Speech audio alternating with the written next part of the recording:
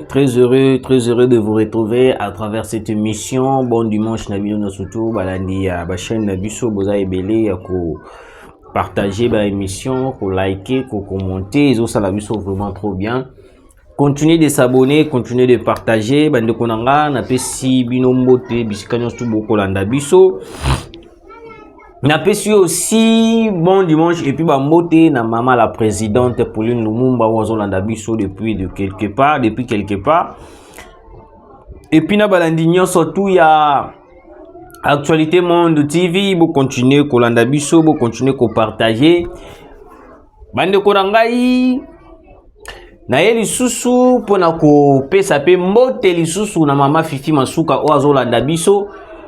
Maman moko malamu, la gouverneur compétent, ozo sala musala nae comme il faut. La gouverneur compétent, ozo sala musala na ndenge sengeli par rapport ya ba gouverneur mususu tozala bango a na mboka na biso. Nous avons un gouverneur un gouverneur ya Kinshasa, o wapi abimisela biso ba maloba, aloba kanaye, mais sur le terrain rien ne marche. Sur le terrain, il a remonté au salamate. Mais il faut tous nazo salaboy, Daniel Bumba. Il ne fait rien. Moi je vous dis, il ne fait rien. Peut-être ceux qui bateau ba encourager à Kaï bazali à na chaîne, bo excuser nga mais ba parti est belé. Depuis Daniel Bumba a eu poste na yona ya ki gouverneur. Til lelo, ceux qui yena avenue Koutoute, direction Gambela. Na commune Ngirengere. Ou na direction Gambela. Kobanda partir ya avenue Ngirengere. Tina Prince Kasavubu. Avenue Prince Kasavubu wala. Ndela eza ya ko bemba na ndenge moko ko sakanate, mais alors que nous avons un gouverneur. Et puis chose grave c'est que le gouverneur a ko s'est inventé. Na ko sala boy. Oui, on est d'accord. Mais sur le terrain, rien ne se fait. Monsieur le gouverneur, si vous n'êtes pas compétent, alors il est temps de laisser la place à quelqu'un qui est compétent. Oui, toyozoya na politique qui était à qui jalelo. Il faut suivre l'exemple ya mama Fifi Masuka. Ndengeni na ko bongi sa province nae. Ndengeni na ko bongi sa place o yaza ko gérer. Félicitations vraiment na mama Fifi Masuka na o ako sala et zo ko mona na vraiment que non réellement que non. Mboka na biso et zana bato bazali compétent bazali ebele. Alors, j'ouvre la parenthèse. Très chers Congolais, Justin Bitakwira vient d'accuser Kagame, le Rwanda. Place au wapi Justin Bitakwira bimisi ba vérité. Et dans l'actualité, moi, lobby na CPI na pour une fois, na apprécié analyse, il y a Justin Bitakwira. Boyo Kanon, Marambo Justin Bitakwira lobby. Le député national Justin Bitakwira accuse les Rwandais d'avoir infiltré des FARDC. Selon lui, ces éléments issus des groupes rebelles comme le RCD, le CNDP, les M23 etc. seraient en contact direct avec le président rwandais Paul Kagame. Il a totalement raison. Oui, il a totalement raison. Pourquoi j'ai dit qu'il a totalement raison? Dans le régime, il y a 18 ans que Kabila est président de la République. Les Rwandais avaient infiltré le FARDC. Place au wapi oyo moino nzanga mislaki biso grande vérité en disant que plan stratégique ya ba Rwandais zalaki ndenge ba infiltrer ba nakata ba infiltrer biso na armée na biso FARDC. Départ ya Kabila. Le FARDC ba militaire ba ko ba infiltrer ki biso.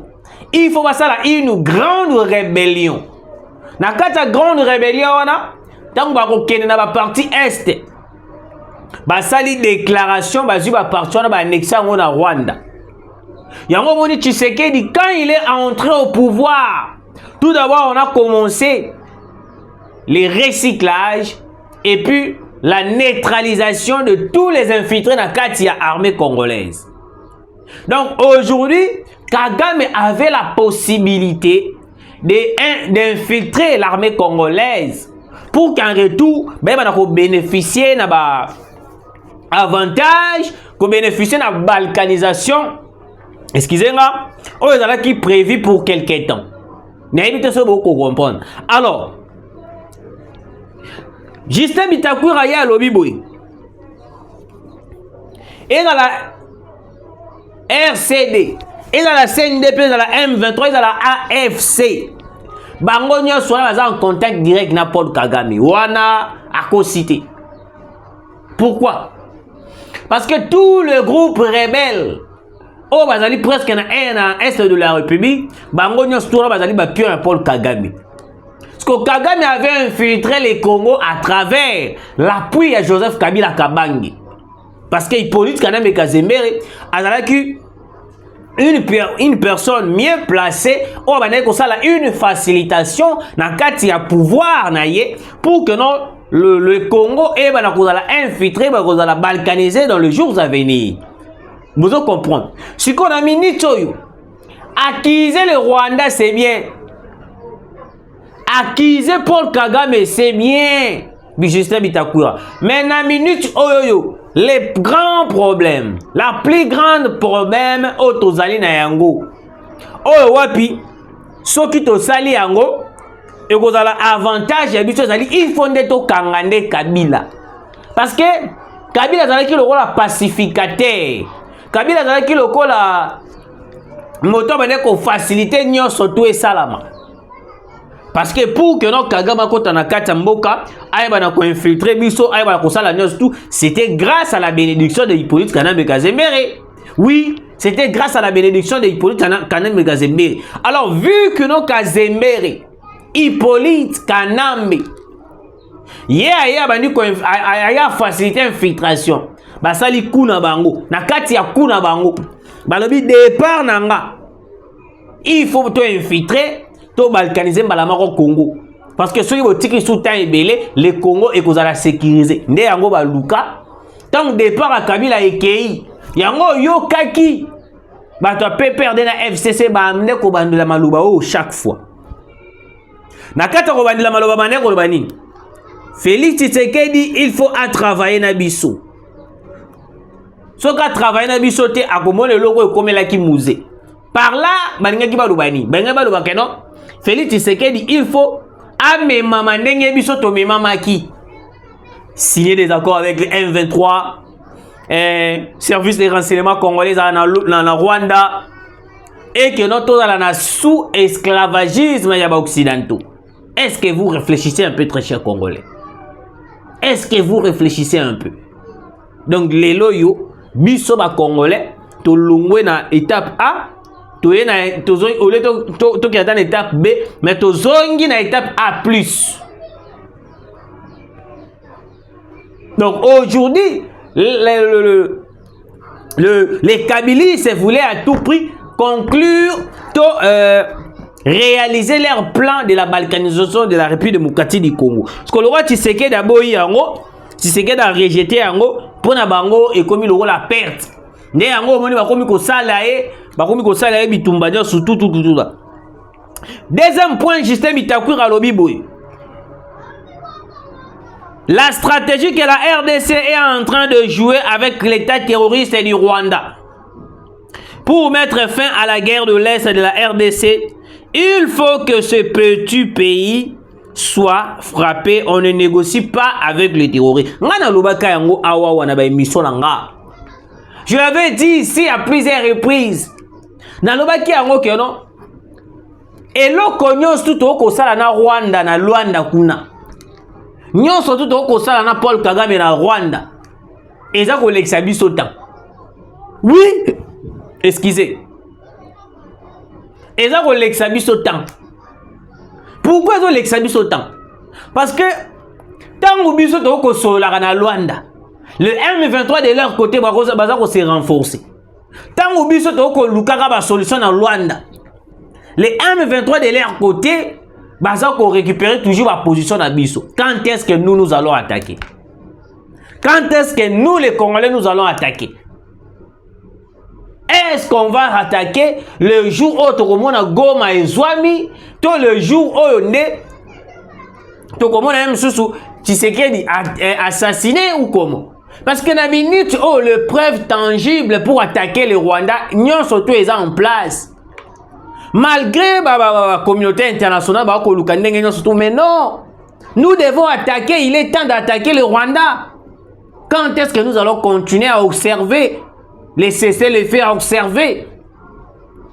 De va-et-vient. Mais très chers Congolais, écoutez. Écoutez, très chers Congolais. C'est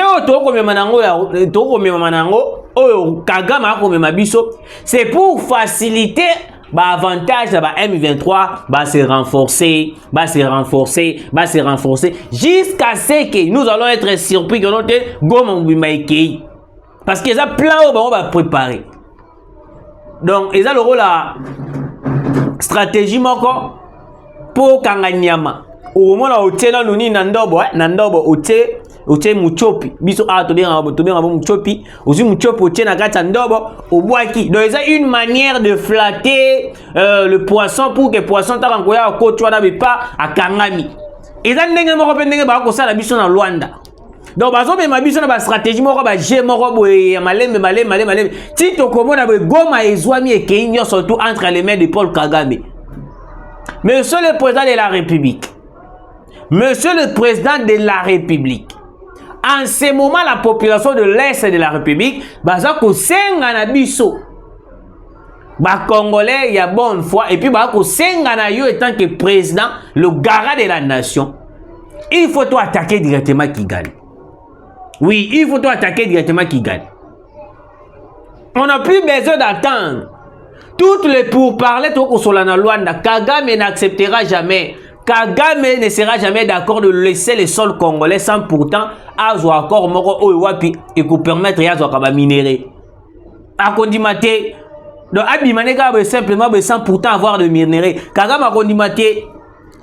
Alors, il y a un moment où Justin Bitakwira lobby que non, nous devons attaquer directement, nous devons frapper. Nous devons frapper les Rwandais. On est en train de perdre le temps pour rien. Batoana ba comme ma biso ba stratégie à lengo. Tito komona batoana pe bazi ba infiltrer biso ba koti et puis biso to tikali kaka boye to bandi ko réfléchir en trouvant des moyens. Alors que nous avons la capacité ya koyeba na ko atteindre bango depuis Goma. Vous comprenez? Vous comprenez, très chers Congolais. Alors, Justin Bitakwira a lobby pe o esengela ki loba. Alors que moi aussi j'avais donné l'idée au président de la République que non, na stade otoko memana ngo makambo ya Luanda, nous risquons de perdre le temps. Parce que le Congo est en train de partir. Le Congo ezokende malembe avec ce genre de pourparlers qui nous fait retarder le temps d'attaquer le Rwanda. Oui. Parce que Kagame, depuis qu'on a commencé à parler, toujours sur l'année na makambo na négociation na biso pour parler na biso ya Luanda. On a remarqué ce qui va passer 6 jours quand on était sur la jour intel. Kagame de l'autre côté les M23 bazar aussi renforcés. On se pose la question, est-ce qu'on est en train de négocier réellement pour la paix ou soit on est en train de négocier pour le renforcement des M23? Si réellement nous négocions pour la paix à l'est de la République démocratique du Congo, on n'allait pas voir les M23 avancer. Et puis en ce moment, dans le stade, comment est-ce que la communauté internationale va dire très silencieux, sans rien dire? Pour la bangonie, non, vous devez négocier, vous devez faire ceci, vous devez faire cela. Alors que dans 4 stades on n'a pas besoin de négocier. Parce que le Rwanda a déjà massacré plus de 20 millions de Congolais à l'est de la République. Nous allons toujours continuer à parler, alors que nous oublions que non. Pendant que nous sommes en train de parler, à l'est de la République, le Rwanda renforce ses rebelles. 2. Pendant que nous sommes en train de parler, les M23 continuent de piller nos minéraux. 3. Pendant que nous sommes en train de parler, les M23 continuent de balkaniser petit à petit toutes les parties prises par les M23. Parce que toutes les parties qui sont occupées par les M23, il y a qu'un souffrant congolais. Est-ce que monsieur le président de la République, vous êtes au courant? Je l'ai redit encore une fois de plus que d'autres. Parti Union sous M23 Vanda a occupé, il y a un franc congolais. Il y a monnaie, il y a Rwanda ou soit il y a Ouganda. Mais chose grave, c'est que non, tu as sous publication en disant que Christian Chiwewe, alors qu'on se rendre wapi? Non, Ouganda. Pour aller faire quoi? Si réellement on a besoin de vaincre cette guerre, de gagner cette guerre, on n'aura plus besoin de collaborer avec l'Ouganda ni le Rwanda. Baza ba pays ba très très. Et donc comme Musangai makas, et donc comme Musangai vraiment makas. Nderomoko boye sans avenir politique, sans vision. Aya bandi ko attaquer Tshisekedi. Nderomoko baza dans la vision té, il n'a pas de carrière politique. Aya bandi ko attaquer monsieur le président de la République Félix Antoine Tshisekedi Tshilombo. Alobi boy wana nani Presse Peng alobi si Félix touche un seul article de la Constitution maintenant, il va être chassé du pouvoir d'une manière ou d'une autre. Mobutu est utilisé comme un petit testeur électrique. Malheureusement pour lui, le peuple c'est 6600 volts. Félix lui envoie en mission suicide. Wana suicide. Nous sommes prêts à chasser Félix s'il ose. Wana nani Presse Peng. Presse Peng alobi soki Tshisekedi ameki ko simba ata article moko ya constitution. Bako bengana ye lokola mbwa. Moi je me suis posé plusieurs questions. Presse Peng aza nani na mboka oyo pour que le bagano ya ko bengana Tshisekedi. Si réellement Presse Peng il a des compétences politiques, pourquoi il n'a jamais été consulté par rapport à l'idée politique? Presse Peng. Et puis Presse Peng a dit que non, Mobutu allait utiliser et puis Félix Antoine Tshisekedi.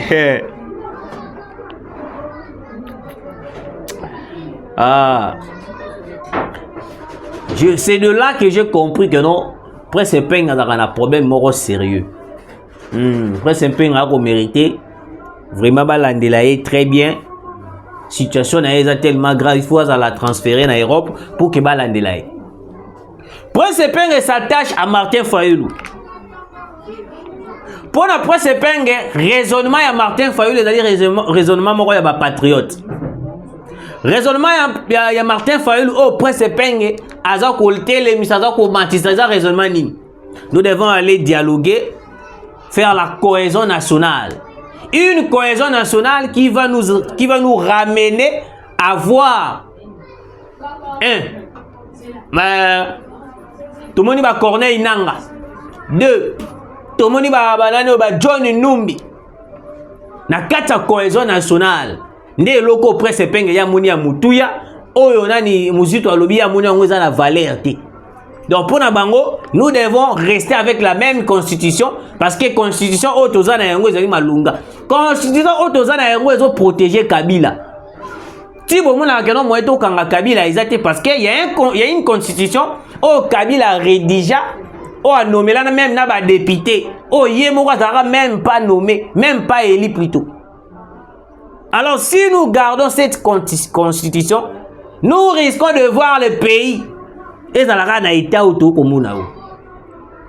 Parce qu'il faut tout d'abord toye bananini ko rédiger constitution mususu.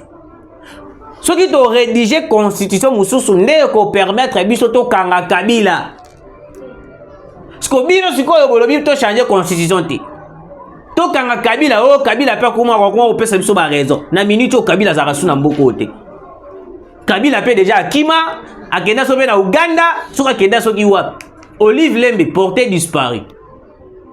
Comment est-ce que nous allons arrêter Kabila si la constitution n'est pas encore touchée? Raisonnez un peu, soyez un peu de réaliste. Vous avez Bamayeli. Bamayeli, la bino zalara buluba, rababiloko terre à terre.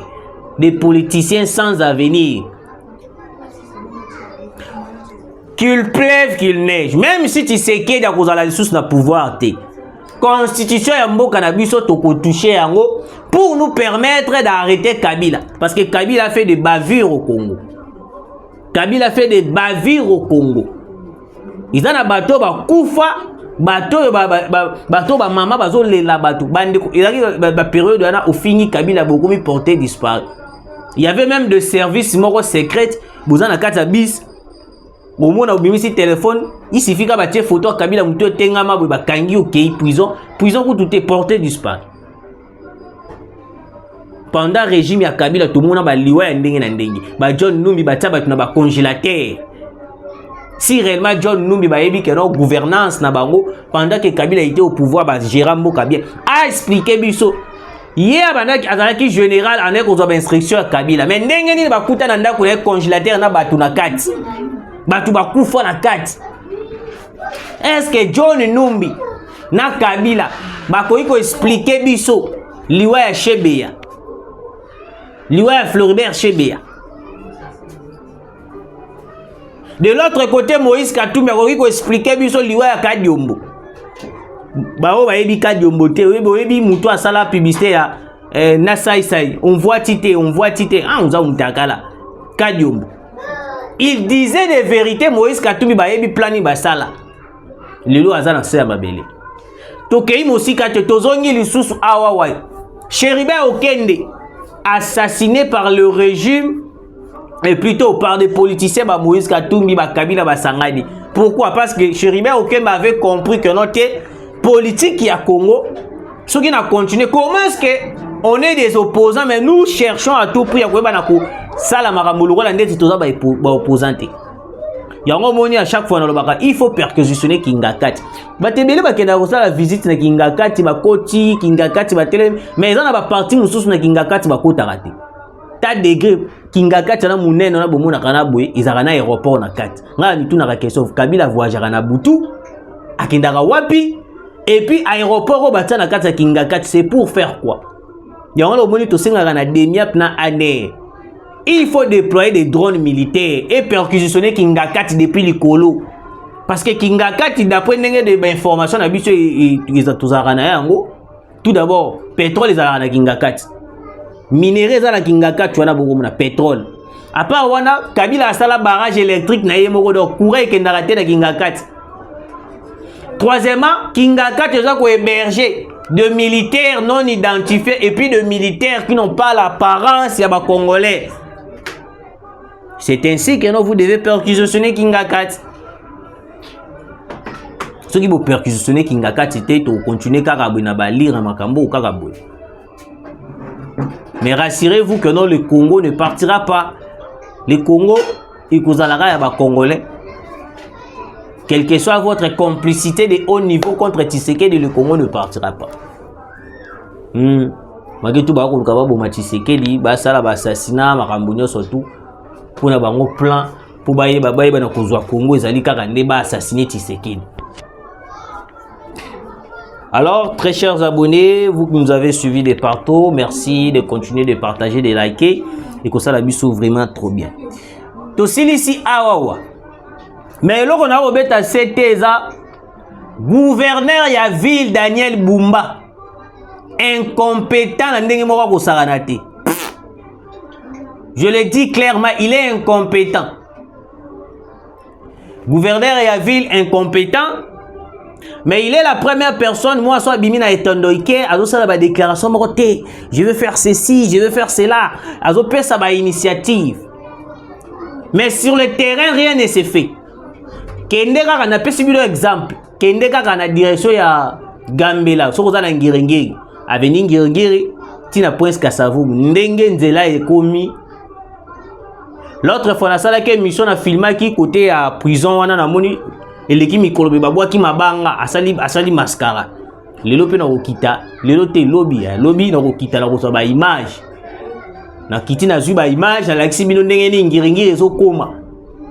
Un incompétent. À part wana ministre ya jeunesse oh ya moi si ba publiera ba photo na ye alati sexy depuis qu'il est nommé ministre ya jeunesse moi songo pe komone na koluka ye na koluka kombo na ye il ne fait rien, il ne fait rien, seulement rien. Alors il y a un bon pamba incompétente. Merci de nous avoir suivis. Tukutani Mbalasima.